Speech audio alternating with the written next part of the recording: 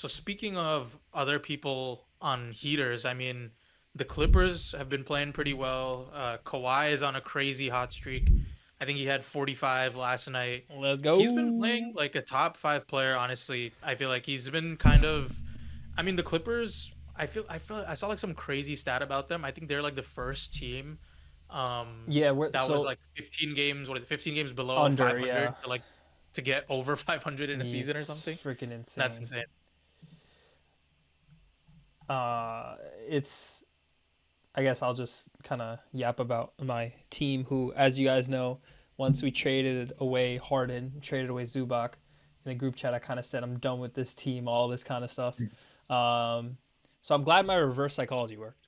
Um, but yeah, I think now in retrospect, it does. If you think about it, it makes sense why like these trades have opened up a new layer to our team, as well as the acquisitions, right? Um, Credit where credit is due, man. It's like everyone, regardless of roster changes, everyone just like comes out to play. Um, I think two things, right? I think losing Harden, of course, like you never want to lose a player like Harden, but at the same time, someone who is very ball dominant, someone who is the system and needs to facilitate most of what happens on the court, that does take away from certain things that Kawhi can do, right? Because Kawhi, when he's ball dominant, he's a player now that's developed his offensive game to a point where if he's ball dominant, that's a good thing. Um, losing Zubac, that I think I felt more deeply about than Harden. But I think losing Zubac did open up a few things for us. I think the biggest thing is that the paint is no longer clogged as much. So what that's allowing is for definitely like players like Kawhi to work his ISO game a lot more, back down into the post. We're spreading out our shooters a lot more. So I think we're just like a little bit more run and gun these days than before, a little bit faster. Um, and then like acquisitions, right? Like, oh my God, Benedict Mathurin, holy, this freaking guy, man. If you need a spark plug to come off the bench, like we had Jamal Crawford, we had Lou Will, now we got Benedict Arnold, eggs Benedict Mathurin. Like, Oh, dude, bro, don't forget Harold. huh? Montrezl Harrell? Montrez, Montrez there. bro, hell no. Don't ever put Montrez Harrell in the same sentence as these three, bro. Oh my God. Um, He's just like, yeah. bro, but he won six man of the year. Like, Literally was 6 minutes. He literally left. I mean, bro, like this guy can just score like 20. He's a reliable 20-point scorer on any given night. And that's like one of the biggest things for us is like Kawhi needs that person. James Harden is realistically like not really trying to do that. He's more of a facilitator. He can score 20, but he's not really trying to do that every night. We need scoring. And so that opens up a lot of options for us. So I'm liking what we're doing. We're just kind of playing as a team. And we're beating some really good teams. We just beat the Knicks, beat the Wolves, and Kawhi's healthy. He's playing well. So let's just see what we can do come playoff time. But I'm enjoying being over 500, and I'm especially enjoying not giving the Thunder the lottery pick. you guys beat everybody but the Spurs. Thanks for not helping us at all. Yeah, but you guys only beat the Spurs once too. That's true. No, I was gonna ping us there. I was just gonna be like, bro, like they're gonna win. Like, why are they dogging the Spurs? And then like the Spurs somehow came back, and then Wemby was crying. That was so bad, and it was Yeah, on a comeback. that was the game too. he cried. Was that the game he cried? Yeah, that was the game he Yeah. cried. Yeah. Bruh. Sir, I know you weren't there for the first episode, but I was wiling. I had like Clippers being second in the West. That's Uh, insane. because I was like always pick against them and they proved me wrong. I was like, okay, they're gonna have like one season where like I know they're old, but like just be like, okay, let me just have like one season out there. And then they were like so bad, I was like, shit, I was way wrong. I feel like we've been Uh, saying that for the past like 4 years though. This is the season. it's like, No. yeah. But at least now they're in playoff contention and they're like, I think they might even make it out of the play-in. So yeah, at least like they came back. It's So possible. We just need the Warriors to keep being bad, and then who's it? The Suns.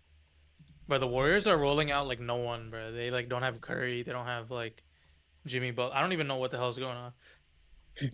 Yeah, we just need the Suns. I don't think we're catching the Wolves, but so we might end up being playing anyway. But because I don't see the Wolves dropping down to seventh, but I can see us catching up to the Suns.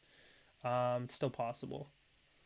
Yeah, Actually, I the think you Suns and guys Wolves are right just next to each other. So I think you guys just dug like too deep of a hole too early. But like oh yeah, you haven't really been surging lately. Like Kawhi, I don't know, he's been on a different level. Even like the past 2 months, I would say. I don't really know what's changed. Like maybe that aspiration thing like put something in his head. But he's pretty much averaging. I think he's averaging a career high like this year, just like in his entire career. So yeah, I'm not really sure what's gotten into him. But if he can somehow like come with like a Toronto level run.